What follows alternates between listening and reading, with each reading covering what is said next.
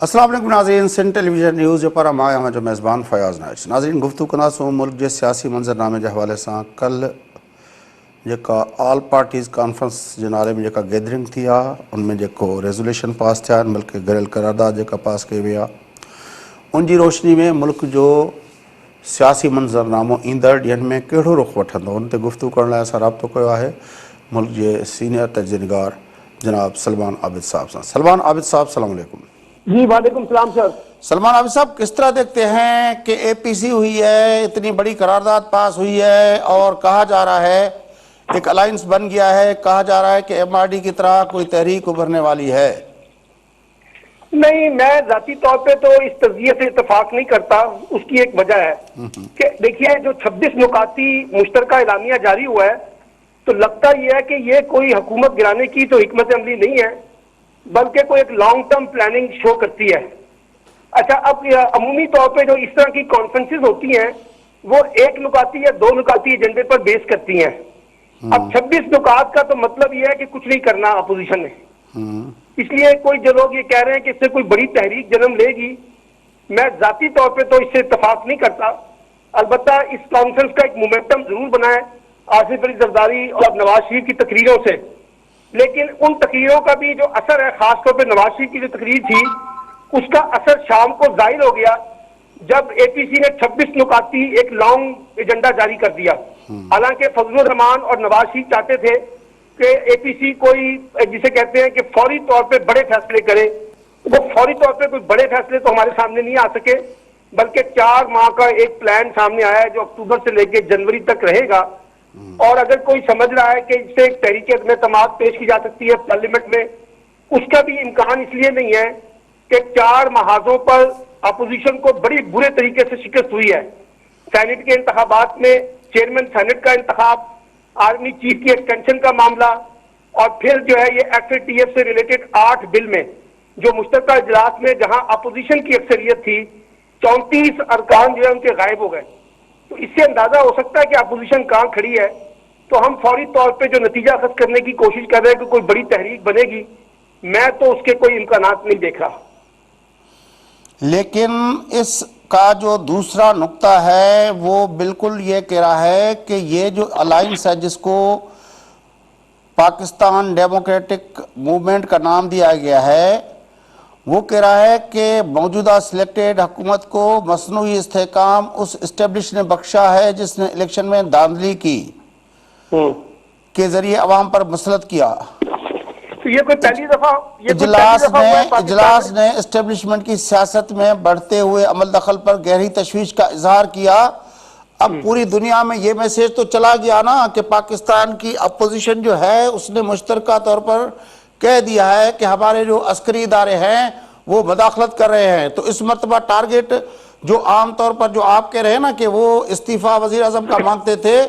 اس مرتبہ جو پہلا نام کے علاوہ، پہلے نقطے کے علاوہ جو دوسرا ٹارگٹ کیا گیا ہے وہ اسٹیبلشمنٹ کو کیا گیا ہے۔ دیکھیں، اس سے پہلے بھی نیاز صاحب آپ کو یاد ہوگا کہ اسی اپوزیشن کا نقطہ نظر یہ تھا کہ فوج، عدلیہ، نیب اور عمران خان نیازی کا ایک نیکسس بن چکا ہے ہمارے خلاف۔ یہ تو 2 سال سے ایک نیریٹو جو ہے اپوزیشن نے رکھا ہوا ہے۔ اس میں نئی بات کیا ہے مجھے بتائیے ذرا، پہلی بات۔ دوسری بات یہ ہے کہ دیکھیے، ایک ہے تقریر کرنا اور ایک ہے اعلامیہ جاری کرنا، یہ بہت اہم بات ہے۔ یہ تو کوئی سیاسی جماعت پاکستان کی یہی نیریٹو دیتی ہے جو نیریٹو آج عمران خان اور نواز شریف صاحب نے نکالا ہے۔ سوال یہ ہے کہ عملی طور پہ سیاسی جماعتیں کیا کرتی ہیں۔ یہ جو پی ایم ایل این ہے، نواز شریف کے چھوٹے بھائی شہباز شریف جو ہے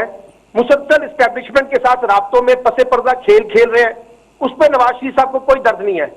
یہ جو آصف علی زرداری نے بلوچستان اسمبلی کے خاتمے سے لے کے سینٹ کے چیئرمین کے انتخابات تک اور جو ایف اے ٹی ایف کے اندر جو 34 ووٹ کم ہوئے ہیں، اس میں جو دونوں پارٹیوں نے سہولت کار کا رول پلے کیا حکومت کو کہ ان کی عددی تعداد جو کم تھی اس میں آ گئی، اور فضل الرحمان کو کہنا پڑا کہ یہ دونوں بڑی سیاسی جماعتیں جو ہیں عملی طور پہ حکومت کو بچانے کے لیے سہولت کاری کا کردار ادا کر رہی ہیں۔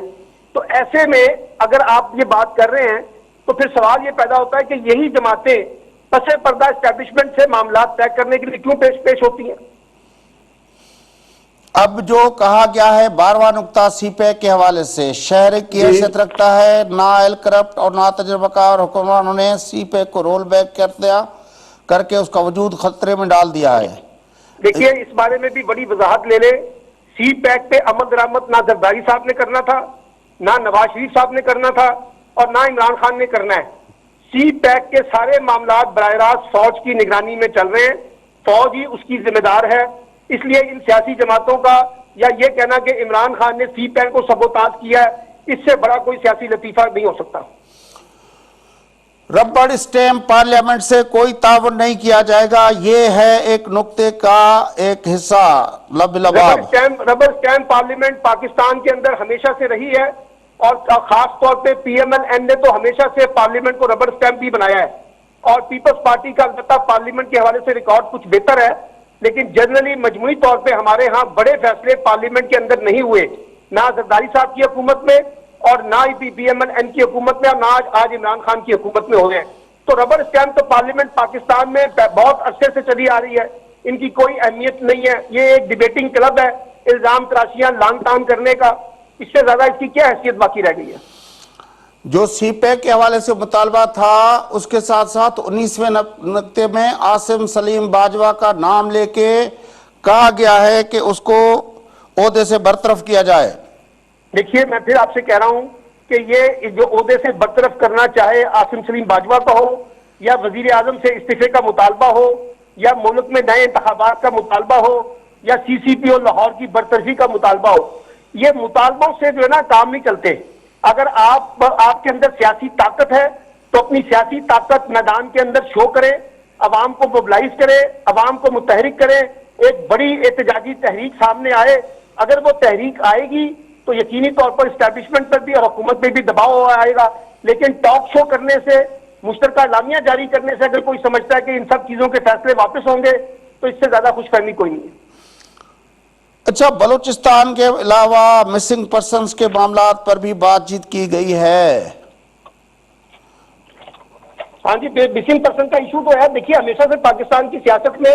چند دہائیوں سے بہت امپورٹنٹ رہا ہے، پیپلز پارٹی کے دور میں بھی رہا ہے، پی ایم ایل این کے دور میں بھی رہا ہے، پی ٹی آئی کے دور میں بھی رہا ہے۔ اس پر یقینی طور پہ کچھ پیش رفت ہونی چاہیے، اس میں تو کوئی ڈیبیٹ نہیں ہے مسنگ پیپل کے معاملے میں، لیکن سوال یہ ہے کہ یہ کہہ دینا کہ صرف مسنگ پیپل کا ایشو عمران خان کی حکومت کے اندر ہے، یہ تو ممکن نہیں ہے نا، اس سے پہلے بھی یہ ایشو زندہ رہا ہے۔ لیکن میں تو آپ سے سر یہ کہ پوچھ رہا ہوں کہ جب پچھلے دنوں ایک قانون پاس ہوا ہے کہ فوج پہ تنقید جو ہے وہ اس پہ سزا ہوگی، کہاں پاس ہوا ہے؟ کوئی قانون پاس نہیں ہوا، کوئی قانون پاس نہیں ہوا ایسا، وہ صرف بل پیش کیا گیا تھا، پرائیویٹ ممبر بل کے طور پر امجد خان نیازی صاحب نے پیش کیا تھا، پاس تو کوئی نہیں ہوا۔ تو وہ جو بل پاس ہوا ہے تو اس ریزولوشن میں جو دوسرا نقطہ تھا وہ تو ڈائریکٹلی اسٹیبلشمنٹ کو ہٹ کرتا ہے، تو اس کا مطلب ہے کہ اپوزیشن نے اس بل کے خلاف اپنا ایک نقطہ نظر دے دیا۔ دیکھیے میں نے آپ کو کہا نا، اپوزیشن کا نقطہ نظر جو ہے وہ صرف پریس کانفرنس تک، مشترکہ اعلامیہ تک ہے، اس کے لیے کوئی بڑی تحریک چلانے کے لیے میں کہہ رہا ہوں کہ پیپلز پارٹی اور پی ایم ایل این میں وہ دم خم نہیں ہے جو اس وقت کی سیاسی ضرورت بنتا ہے۔ یوسف مستی خان کو سنا آپ نے اس کانفرنس کے اندر؟ جی بالکل سنا ہے۔ وہ تو دو ٹوک الفاظ میں کہتے ہیں کہ جب تک فوج کو بیرکس میں نہیں لے جائیں گے۔ دیکھیں یوسف مستی خان کے مقابلے میں اصل بات تو پی ایم ایل این کی اور پیپلز پارٹی کی ہے نا، یا باقی جو بڑی جماعت، چھوٹی جماعتیں ہیں نا، اصل جماعت تو پیپلز پارٹی اور پی ایم ایل این ہے۔ اب ان دونوں جماعتوں کے بارے میں نے کہہ دیا کہ پس پردہ اسٹیبلشمنٹ کے ساتھ مفاہمت کے ایجنڈے پہ شامل ہیں یہ لوگ۔ تو آپ کیا سمجھتے ہیں کہ مفاہمت کا ایجنڈا جو ہے وہ مزید تقویت اس کو ملے گی؟ جی پہلے بھی چل رہی ہے، شہباز شریف تو کوشش کر رہے ہیں کہ کسی طریقے سے مفاہمت کے تحت آگے بڑھا جائے، زرداری صاحب بھی کہہ رہے ہیں مفاہمت کے تحت آگے بڑھا جائے۔ اب جو لب و لہجہ کل آپ نے دیکھا نواز شریف کا، وہ زرداری کا تو نہیں تھا، زرداری کی تقریر اور نواز شریف کی تقریر میں تو زمین آسمان کا فرق تھا۔ مجھے ایک بات بتائیں، تقریر میں زمین آسمان کا فرق تھا۔ مجھے ایک بات بتائیں کہ نواز شریف صاحب وہاں بیٹھے ہوئے ہیں، زرداری صاحب اپنے گھر میں بیٹھے ہوئے ہیں، پھر یہ اس وقت پیپلز پارٹی نون لیگ اے پی سی پہ کیوں آئے؟ ان کے پیچھے کیا پریشر تھا کہ اس کو اے پی سی؟ ان کے اوپر پریشر یہ ہے کہ اس وقت وہ یہ سمجھتے ہیں کہ عمران خان کی حکومت نے ہمیں دیوار سے لگا دیا ہے، خاص طور پہ اکاؤنٹیبلٹی کے کانٹیکس میں، اور جس انداز سے یہ ایف اے ٹی ایف کے 8 بل پاس ہوئے ہیں، اس سے اپوزیشن جماعتوں کو کافی سستی کا سامنا کرنا پڑا ہے۔ تو ایک فیس سیونگ کے لیے نہیں یہ وہ تو APC ان ہوئی لوگوں ہے۔ نے واک اوور دے کے اس کو دیا نا سر، سر وہ تو ایک ہی بات ہے نا، یہی تو میں آپ سے کہہ رہا ہوں، یہ واک اوور دینے کا سبکی تو مطلب تب کیا ہے؟ ہوتی سہولت کاری ہے جب نا۔ وہ ان کی خواہش کے برعکس ہوتے، ان لوگوں نے تو کسی نہ کسی اپنا اتفاق کی وجہ سے اس کو راستہ دے دیا حکومت کو۔ سر میں تو آپ کو کہہ رہا ہوں کہ میں نہیں کہہ رہا، فضل الرحمان نے کہا ہے، یہ دونوں بڑی سیاسی جماعتیں سہولت کار ہیں اس حکومت کی اور اسٹیبلشمنٹ کی، وہ تو خود کہہ رہا ہے فضل الرحمان کہ یہ دونوں جماعتیں جو ہیں اندرون خانہ سہولت کاری کا کردار ادا کر رہی ہیں۔ تو آپ کے خیال میں کوئی فرق نہیں پڑے گا کل کے نہیں، میں نہیں سمجھتا کہ کوئی بڑا سیاسی امپیکٹ پڑے گا، یہ سب لوگ پرانی تنخواہ پہ کام کریں گے، اور پیپلز پارٹی تو خاص طور پہ سندھ حکومت کا حصہ ہے، وہ کسی ایسے اقدام کی طرف نہیں جائے گی جس سے اس کی حکومت کو اور ان کے سندھ کے نظام کو کوئی خطرہ پیش آئے گا، اس لیے یہ معاملہ ایسے ہی چلے گا۔ البتہ نواز شریف کا جو معاملہ ہے، اگر نواز شریف واقعی مخلص ہوتے تو وہ پاکستان آتے اور پاکستان آ کے یہ ساری سیاسی تحریک کی قیادت کرتے۔ اب لندن سے بیٹھ کے الطاف نمبر 2 بننے کی کوشش نہ کریں، اگر آپ نے واقعی کوئی تحریک چلانی ہے اور فوج کے رول کو کردار کو محدود کرنا ہے تو پاکستان آئے اور سیاسی میدان میں لڑائی لڑے، لندن میں بیٹھ کے لڑائی لڑنے کی کیا تک بنتی ہے؟ تو آپ کے خیال میں یہ جو کہہ رہے ہیں کہ ہم کوئی تحریک چلائیں گے، وہ تحریک چلتے ہوئے آپ نہیں دیکھ رہے؟ دیکھیے یہ تو پچھلے 2 سال سے کہہ رہے ہیں کہ ہم حکومت کو گھر بھیج دیں گے، کیا وہ گھر بھیج چکے ہیں؟ یہ تو 2 سال سے کہہ رہے ہیں کہ ہم اس حکومت کے خلاف فیصلہ کن تحریک کریں گے۔ اس APC سے پہلے بھی کہا گیا تھا کہ یہ جو APC ہے یہ بڑی فیصلہ کن ہوگی اور چند نکات کے اوپر بیس کر کے ہم حکومت کو گھر بھیج دیں گے۔ اب آپ مجھے بتا دیں 26 نکاتی ایجنڈے پہ کیا حکومت کو گھر بھیجا جا سکتا ہے؟ اس طرح تو MRD کا چارٹر بھی بہت لمبا تھا اپنا سر سلمان۔ وہ چارج دیکھیے، میں آپ کو بتاؤں جو کامیاب APC ہوتی ہے نا، وہ صرف 1 نکاتی یا 2 نکاتی ایجنڈے سے زیادہ نہیں ہوتی۔ 26 نکاتی ایجنڈا تو مطلب ہے پکنک پارٹی ہے، اس سے کچھ نہیں نکلتا۔ اور یہ سوال بھی تو پوچھے نا، اس 26 نکات کے اندر بیشتر پوائنٹ ایسے ہیں جب پیپلز پارٹی اور PMLN کی 5 برس کی حکومتیں تھیں، انہوں نے ان تمام خرابیوں کو دور کرنے کے لیے کیا کر لیا؟ جس طرح کے مثال کے طور پہ جیسے اب یہ لوکل گورنمنٹ کی بات کی جاتی ہے، کون سا انہوں نے اپنے دور میں لوکل گورنمنٹ کو اسٹرینتھن کیا، مسنگ پیپل کے لوگوں کو کس طرح سے اسٹرینتھن کیا، مہنگائی کو کیسے انہوں نے کنٹرول کر لیا، سوائے پیپلز پارٹی کے جنہوں نے 18ویں ترمیم پاس کی۔ اس کے علاوہ تو کوئی کریڈٹ اپوزیشن اور حکومت کے پاس، آج کی جو اپوزیشن جماعتیں ہیں ان کے پاس اپنے دور اقتدار میں دکھانے کے لیے کچھ نہیں ہے سوائے 18ویں ترمیم کے علاوہ۔ تو اگر یہ جس طرح کہہ رہے ہیں، اگر لوگ یہ جلسے جلوس اور اجتماعات کلیکٹیولی یہ اپوزیشن کی پارٹیز کرتے ہیں، تو آپ کے خیال میں کہ لوگ جڑ پائیں گے اس موومنٹ سے؟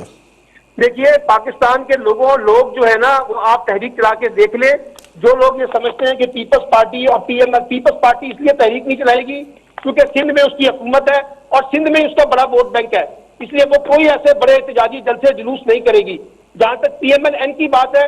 میدان لگا ہوا ہے، شہباز شریف اس وقت سیاسی میدان میں موجود ہے، وہ تو کوئی تحریک نہیں چلائیں گے، نہ وہ کوئی بہت بڑے جلسے جلوس اس طرح سے نکالیں گے۔ لیکن وہ نہیں کریں گے تو پھر لوکل گورنمنٹ اگر آتی ہے، جس طرح عمران خان صاحب کہہ رہے ہیں، اگر PMLN ایکٹیویٹی نہیں کرے گی، PTI کو چیلنج نہیں کرے گی، تو پھر کیا لوکل گورنمنٹ میں وہ لیکن لوکل گورنمنٹ کی تو ایک سیاسی تاریخ ہے۔ آپ مجھے بتا دیں کبھی کوئی ایسا الیکشن ہوا ہے لوکل گورنمنٹ میں کہ جہاں صوبائی حکومت نے الیکشن ہارا ہو؟ اس لیے لوکل گورنمنٹ جب بھی الیکشن ہوں گے، جن کی صوبائی حکومتیں ہیں انہی کی پارٹیاں انتخابات جیتیں گی۔ لیکن ایسا ہوتا تو نہیں ہے کراچی کے اندر تو۔ آپ مجھے بتا دیں، اب کراچی کو چھوڑ دینا، کراچی میں تو پیپلز پارٹی کی میجورٹی نہیں ہے، لیکن پورے سندھ کے اندر تو میجورٹی پیپلز پارٹی کی ہے نا لوکل گورنمنٹ کے اندر۔ تو الیکشن سے پہلے تو جو لوکل گورنمنٹ سسٹم چل رہا تھا وہ تو PMLN کے میجورٹی سے چل رہا تھا۔ اللہ تھا نا جی، اب اس وقت PTI کی میجورٹی ہے، تو PTI کیسے جو ہے ایسا الیکشن چاہے گی جس کے اندر جو ہے صوبائی حکومت بھی PTI کی ہو اور تمام ڈسٹرکٹس میں جو ہے نا وہاں پہ PMLN کے لوگ ہوں؟ یہ تو سسٹم قابل قبول چل ہی نہیں سکتا سسٹم، اس لیے جس کی صوبائی حکومت ہے اسی کی لوکل گورنمنٹ ہوگی، آپ دیکھ لیجئے گا۔ لیکن وہ خان صاحب تو کہتے ہیں کہ میں امپاور بناؤں گا، ڈائریکٹ تو وہ الیکشن۔ خان صاحب تو دیکھیں نا، خان صاحب تو پتہ نہیں کیا کیا کچھ کہتے رہے ہیں، اب خان صاحب کی سیاست بھی تو سمجھوتوں کی سیاست کے ساتھ ہی جڑی ہوئی ہے نا، اس لیے وہ خان صاحب کی سیاست بھی کوئی آئیڈیل سیاست نہیں رہی۔ نہیں، لیکن وہ تو کہتے ہیں کہ میں جو لوکل گورنمنٹ سسٹم لا رہا ہوں اس میں ڈائریکٹ میئر جو ہے وہ ایسے نہیں ہوگا کہ وہ ہاں، ممبر۔ میئر کا جہاں تک میئر کا الیکشن ہے وہاں مقابلہ ہوگا، باقی جو جگہ پر زیادہ تر جو ہے نا حکومتی لوگ جیتیں گے، اور میئر کے الیکشن میں بھی کوشش یہی کی جائے گی کہ زیادہ سے زیادہ ڈسٹرکٹ جو ہے وہ حکمران جماعت جو ہے۔ آپ مجھے بتائیں نا کہ پاکستان پیپلز پارٹی اگر سندھ میں لوکل گورنمنٹ الیکشن کروائے گی تو آپ کو لگتا ہے کہ کسی ڈسٹرکٹ میں ادر دین کراچی کوئی میئر جو ہے براہ راست الیکشن میں پیپلز پارٹی کا ہارے گا؟ سر دیکھیں، آپ کو یاد ہوگا کہ پچھلے دفعہ بدین کے اندر، بدین میونسپل کارپوریشن کے اندر بلاول بھٹو زرداری صاحب جلسے کرنے گئے تھے، لیکن ذوالفقار مرزا جو ان کا سر مخالف ایک تھا، دو ڈسٹرکٹ کو چھوڑ دینا، آپ میں وہی مجموعی کہہ طور رہا پہ ہوں سندھ کی بات کریں، مجموعی کہ سندھ کی بات کریں۔ لیکن پیپلز پارٹی اور سندھ کا جو معاملہ ہے اس کے برعکس جو پنجاب کا معاملہ ہے، پی ایم ایل این کی جو نہیں پریزنس میں ہے، تو کہہ رہا ہوں پنجاب میں پی ایم ایل این اچھی اسٹرانگ جماعت ہے، میں یہ نہیں کہہ رہا کہ P M L N strong وہی میں جماعت کہہ نہیں رہا ہے۔ ہوں کہ وہ ریفلیکٹ کس طرح ہوگی لوکل گورنمنٹ میں، پھر تو پی سر وہ ٹی آئی ریفلیکٹ نہیں ہوگا، یہ لوگ اپنی سیاسی طاقت سے، اپنی انتظامی طاقت سے ڈیولپمنٹ فنڈ کو رشوتوں کے طور پر استعمال کر کے الیکشن جیتیں گے، جو ماضی میں یہ سب جماعتیں کرتی رہی ہیں وہی پی ٹی آئی کرے گی۔ تو وہ جو پی ایم ان کی جو اسٹرانگ پریزنس ہے وہاں پہ وہ اپنا آ جائے گی، آپ یہ دیکھیں نا پنجاب میں 36 ڈسٹرکٹ ہیں، تو آپ سمجھ لیں کہ 7 سے 8 ڈسٹرکٹ ایسے ہوں گے جہاں پی ایم ایل این کی حکومت بن سکتی ہے ڈسٹرکٹ میں، کوئی ایسا مسئلہ نہیں ہے۔ مجموعی طور پہ جو ہے وہ پی ٹی آئی کے لوگ ہی جیتیں گے۔ بڑی مہربانی سلمان عابد صاحب، آپ نے ہمیں جوائن کیا۔ ناظرین، ملک جا سینئر تجزیہ نگار سلمان عابد صاحب خیال جائن تو اے پی سی میں کچھ نہ تھیندو، اے پی سی جو تھیڻ جيڪو آ ان میں P M L N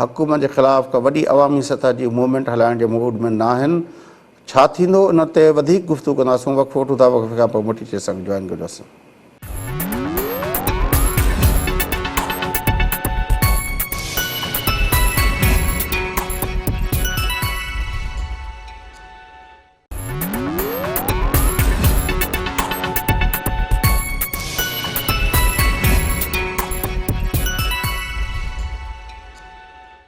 welcome back ناظرین، جو پروگرام جے سلسلے کے اڳتے وڌايون، گفتگو ہلندڙ ہوئی پاڪستان جي مخالف ڌر جي پارٽين جي گڏيل جيڪا آهي کانفرنس، جنهن کي آل پارٽيز کانفرنس جو نالو ڏنو ويو، ان جي نتيجي ۾ Pakistan democratic movement P D M جي نالي سان اتحاد جوڙيو ويو۔ 21 نڪاتي جيڪو آهي اهو ڊڪليريشن جاري ڪيو ويو، ان تي گفتگو ڪيون ٿا، گفتگو ہلندڙ ہوئی، ان گفتگو کي اڳتے وڌايون ٿا۔ اسان سان ٽيليفون لائن تي موجود آهن ملڪ جا سينيئر صحافي ناميرا تجزیہ نگار جناب شاہین قریشی صاحب۔ شاہین قریشی صاحب السلام علیکم۔ السلام علیکم فیاض صاحب۔ قریشی صاحب، کیا فرق دیکھتے ہیں کل کی اے پی سی سے پہلے کا پاکستان کا سیاسی منظرنامہ اور اس کے بعد کا سیاسی منظرنامہ؟ دیکھیں جی، میں کیونکہ میری اور آپ کی، ہم سب کی جو ہیں، ہم تو دوست ہیں اور صحافت میں ہیں، ہماری تو جمہوریت سے کمٹمنٹ ہے، تو ایک جمہوری پاکستان، اس کا مستقبل ہی ڈریم ہوتا ہے، خواب ہوتا ہے، اور اس کے حساب سے تو میں سمجھتا ہوں کہ پاکستان کی اپوزیشن کی 11 سیاسی جماعتوں نے جو ریزالو کیا ہے، اس کو کوئی بھی سیاسی عمل ہو، سیاسی جد و جہد ہو، اور اس کو میں ذاتی طور پہ بڑا سمجھتا ہوں کہ پاکستان کے مستقبل کے حوالے سے ایک بڑا اچھا اقدام ہے، قدم ہے، اور چاہے اس کے اندر کتنی بھی پیش رفت ہو، کتنی زیادہ ہو، کتنی کم ہو، لیکن جو سیاسی ذہن ہے وہ تو یہ کہتے ہیں کہ سیاسی عمل جاری و ساری رہنے چاہیے، ایجنڈے کی بنیاد پہ ہونی چاہیے، اور چونکہ پاکستان کی سیاسی صورتحال اتنی کمپلیکس ہو چکی ہے تو اس کے اندر جو کنسنسس ہیں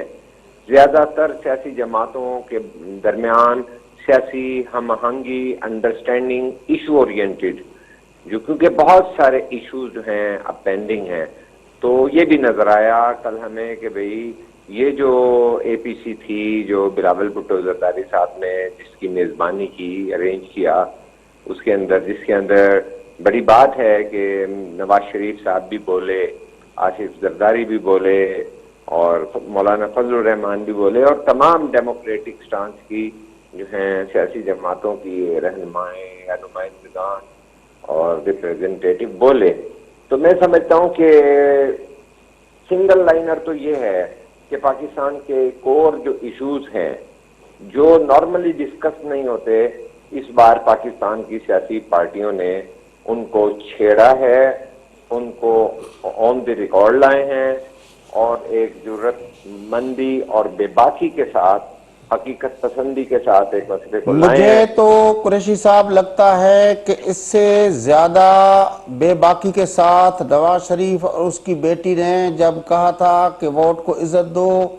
یہ 5 لوگوں کا فیصلہ نہیں ہے، اس کے پیچھے کون ہیں؟ 70 سالوں میں کسی وزیر اعظم کو عزت نہیں ملی، کوئی وزیر اعظم ٹینیور پورا نہیں کر سکا. یا جب بلاول بھٹو زرداری صاحب کہتے تھے کہ یہ جو پنڈی ہے، یہ پنڈی سے ہمیں یہ ملتا ہے، اب ہمارے کورٹیں کو ہمارے جو ہے وہ ہمیں پھر احتساب کے لیے پنڈی بلایا جا رہا ہے، یہ پنڈی ہر وقت ہمیں یہ کرتا ہے. وہ جو نیریٹو تھا Peoples Party P M L N کا، وہ تو اس قرارداد کے اندر جو زبان استعمال کی گئی ہے اس سے زیادہ ایگریسو، زیادہ بے باکی کے ساتھ، زیادہ بلنٹ تھا، زیادہ ایگریسو تھا. وہ تو پھر ہم نے دیکھا کہ وہ لوگ جو ہے وہ جیلوں سے اسپتالوں میں آئے، اسپتالوں سے ایک بار چلا گیا گھر گیا، تو اس کے ساتھ ساتھ وہ جو نیریٹو دونوں طرف سے، وہ پنڈی والا نیریٹو بھی اور ووٹ کو عزت دو والا نیریٹو بھی، وہ چپ کے خاموشی سے جا کے جس طرح سرکاری فائلیں جا کے وہ درازوں میں لگتی ہیں، اسی طرح اس درازوں میں لگ گیا. اب اس کے سوا کیا بے باکی ہمیں اس کی نظر آتی ہے؟ دیکھیں، میں آپ کی بات سے پارشلی ایگری کروں گا، اس سے زیادہ نہیں. اس کی وجہ یہ ہے کہ جو تضادات ہوتے ہیں کسی بھی سماج کے اندر، کسی بھی ایکشن میں، مثلا آپ لے لیجئے سیاست میں، تو تضادات تو ہوتے ہیں اور ہونے چاہیے، اور اس کے اوپر جدوجہد بھی ہونی چاہیے، اور وہ تضادات جو ہیں کسی الٹیمیٹ نتیجے پر جو ہے منتج ہوتے ہیں، اس کا نتیجہ نکلتا ہے، اور یہی سیاسی عمل کا مقصد ہوتا ہے، یہی سیاسی پروسیس ہوتا ہے کہ آپ جو اشارہ دے رہے ہیں کہ بیچ میں ویل ڈیل ہو جاتی ہے، بیچ میں جو ہیں وہ میں کیا اشارہ دے رہا ہوں؟ آپ نے دیکھا یوسف مستی خان کا عوامی ورکرز پارٹی کے جو سربراہ ہیں، اس نے تو کانفرنس کو بتا دیا کہ اصل مسئلہ یہ ہے کہ فوج کو بیرکس میں بھیجو، اس کا سیاست میں جو رول ہے وہ ختم کرو، اس کے لیے کام کرو. جو بنیادی مسئلہ ہے جب تک وہ حل نہیں ہوگا تب تک باقی جو بھی اپنا ارینجمنٹس ہوں گے وہ جمہوریت کی بالادستی اس میں نہیں ہو سکے گی. نہیں ممکن، بالکل اس نے نہیں. یہ بھی کہا کہ ایم آر ڈی کے بعد بھی کمپرومائز کیا گیا، اے آر ڈی کے بعد بھی کمپرومائز کیا گیا. اس نے یہ اپنی بالکل، یہ تقریر میں لفظ تاریخ ہے. استعمال کیے. جب جی جی. کمپرومائزز کی سیاست چلتی رہے گی تو پھر وہ جمہوریت کیسے بحال ہوگی؟ دیکھیے جی، عوام بھی جو ہے بے وفائیاں یا بٹریل برداشت نہیں کرتے اور پھر اپنا انتقام لیتے ہیں، کیونکہ جو تضادات ہیں، جو اویلیبل سیاسی جماعتیں ہیں، اور مختلف صوبوں کے اندر جو سیاسی جماعتیں ابھی بھی قائم ہیں یا سم اور دی ادر ایک جو ہے اسٹیبلشمنٹ کو چیلنج کرنے یا ان کے بھرپور ایجنڈے پہ نہ چلنے کی شناخت کسی طور پہ رکھتی ہیں، ان کی اب آزمائش کا ٹائم آتا جا رہا ہے. اب بھی یہ ان پر سماج کا پریشر تھا کہ انہوں نے اپنے ایجنڈے میں، چاہے وہ بلاول یہ کہیں کہ ہم سہولت کاروں کا ہمارا مسئلہ ہے الیکشن اور اس کے سہولت کار، لیکن میاں نواز شریف نے تو کھل کر کہا کہ ہمارا ان کا ہے جو ان کو لاتے ہیں، جو لائے ہیں. تو سوال یہ ہے کہ پاکستان کے اندر نہ صرف سیاست، پاکستان کے اندر عدالت، پاکستان کے اندر صحافت اور پاکستان کے اندر اقتصادیات، ان تمام معاملات کے اندر جو ہے ہماری اسٹیبلشمنٹ کا اتنا ڈومینیئرنگ رول ہے، اتنا زیادہ ڈومینیئرنگ رول ہے. ایک ایک بچہ جانتا ہے، ایک ایک فرد جانتا ہے، لیکن اس کے عین ہی یہ ہے کہ اس کا اتنا دباؤ ہے اور اتنا پریشر ہے کہ لوگ کھل کر بات نہیں کرتے. کسی بھی سماج کے اندر جو اس کے تضادات ہوں، اس میں صحافت کو کھل کے بات کرنی چاہیے، دانشوروں کو کھل کے بات کرنی چاہیے، سیاستدانوں کو کھل کے بات کرنی چاہیے، چونکہ وہ ڈاکٹر ہوتے ہیں اپنے سماج کو آگے لے جانے کے. میں سمجھتا ہوں کہ انہوں نے بالکل درست کہا ہے. اور یہ جو آل پارٹیز کانفرنس وکلا کی ہوئی تھی، اس میں ان کی خطاب ایک بڑی بنیادی وہ بنا ہے، لیکن آپ یہ بھی نوٹ کریں کہ اس اے پی سی نے وکلا کی، پاکستان بار کونسل کی انہی قراردادوں کو انڈورس بھی کیا ہے. تو میں سمجھتا ہوں کہ پاکستان کا پرنسپل جو تضاد ہے، جو سب سے بڑا کانٹراڈکشن ہے، وہ یہی ہے کہ سیاست سے نکلے پاکستان کی مسلح افواج، اسی کے اندر پاکستان کا بھلا ہے، اسی کے اندر اس ادارے کا بھلا ہے، اسی کے اندر پاکستان کی ترقی پنہاں ہے کہ کوئی نہ کوئی سیاسی عمل، اقتصادی عمل ایک منتخب لوگوں کے ہاتھ کے اندر جانا چاہیے. تو یہ تو ایک چیز طے ہے کہ چلیے آپ یہ کہیں گے کہ یہ کون سے منتخب لوگوں کی بات آپ کہہ رہے ہیں؟ اس منتخب لوگوں کی بات کہہ رہے ہیں جن کے بارے میں ہمارے ہاں ایک بڑی فوج جو تھی لکھاریوں کی، دانشوروں کی، صحافیوں کی، وہ ایک کورس کے انداز میں گا رہے تھے کہ فلاں سیکیورٹی رسک ہے، فلاں را کا ایجنٹ ہے، فلاں جو ہے وہ مودی کا یار ہے، فلاں جو ہے وہ یہ ہے، فلاں جو ہے وہ کرپٹ ہے، فلاں جو ہے وہ سرے محل بنا رہا ہے، فلاں جو ہے وہ ایون فیلڈ بنا رہا ہے، فلاں جو ہے وہ یہ بنا رہا ہے. ان میں سے کون سے وہ اپنا کہہ رہے ہیں جن کے بارے میں آپ کہتے ہیں کہ ان کو اقتدار دیا جائے؟ لوگوں کے بارے میں تو ان سب کا جو امیج بنا ہے وہ کسی طرح اب ایسا تو نہیں ہے کہ ان کو ہم اپنے اوپر حکمرانی کا حق دے سکے. میں یہ سمجھتا ہوں کہ کیونکہ دنیا بھر میں ابھی کوئی طریقہ جمہوریت کے علاوہ ایسا سامنے نہیں آیا کہ جس کے اندر پبلک کی نمائندگی جو ہے وہاں کے اقتدار اعلیٰ کے اندر جا سکے اور کوئی کسی کو خواب آ جائے یا کسی کو خدا نخواستہ وہ جو آتی تھیں پہلے تو وہ چیزیں نہیں ممکن کہ وہی آ گئی یا کچھ. تو اب کہنے کا مقصد یہ ہے کہ ایک جو پولیٹیکل سسٹم کسی سماج کی ضرورت ہوتی ہے وہ جس لولے لنگڑے انداز کے اندر چل رہا تھا، اگر پاکستان کا یہ پرنسپل کانٹرڈکشن کہ سول سپرمیسی کی بات اولیت پر آ رہی ہے تو میں سمجھتا ہوں کہ پاکستان کی تمام سیاسی جماعتوں، سیاسی ذہن رکھنے والے دانشوروں، اخبار نویسوں، ٹیلی ویژن کے اوپر پروگرام کرنے والوں، چاہے ان کی اکثریت نہ ہو، یہ آواز آگے بڑھانی چاہیے، سول سوسائٹی کو بڑھانی چاہیے، طلباء کو بڑھانی چاہیے. قریشی صاحب اور میں بھلے ایک آئیڈیلسٹ لوگ ہوں، اپنے ان جو ہے سوچ کے اندر جو ہمارے خواب ہیں یا آدرش ہیں ان کی بات کر رہے ہوں، لیکن پریکٹیکلی دیکھا جائے تو آپ جس جمہوریت کے اندر رہ رہے ہیں اس سے بہتر انداز میں ایک رول آف لا جو ہے وہ مونارکس نے بنایا ہوا ہے، وہ سعودی عرب کے ہوں یا اپنا یو اے ای کے ہوں. آپ آج کل تو اس سے بھی زیادہ ایک کووڈ کے بعد ایک ڈسکشن عالمی سطح پہ شروع ہو گئی ہے کہ یہ جو جمہوریت والا سسٹم ہے یہ تو اتنی بڑی پینڈیمکس اور اتنی بڑی جو اپنا نیچرل کلیمٹیز ہوتی ہیں تو وہ سسٹم تو اس کو رسپونڈ کرنے کے لیے اچھی طرح رسپونڈ کرنے کے لیے کے قابل نہیں ہے. اس کی نسبت چائنا کا اور ایران کا آٹوکریٹک جو ہے وہ جو اپنا سسٹم ہے وہ تو بہتر ریسپونڈ کر رہا ہوتا ہے ان چیزوں کو. تو دنیا کے اندر اس وقت ڈیبیٹ اس طرح نہیں چل رہی جس طرح ابھی تک آپ سوچ رہے ہیں کہ جمہوریت کے سوا کوئی اچھا نظام نہیں ہے. چین کے آٹوکریٹک رجیم نے 80 کروڑ لوگوں کو غربت کی لکیر سے کھینچ کے ان کی زندگی بہتر بنائی ہے. اگر یہ اس طرح کا سسٹم لوگوں کی زندگی میں بہتری لا سکتا ہے تو پھر کون سول سپریمیسی چاہے گا؟ کیا کرے گا؟ اس کا اچار میں بنائے گا، بتاتا ہوں اس کا اچار بنائے گا سول سپریمیسی کا.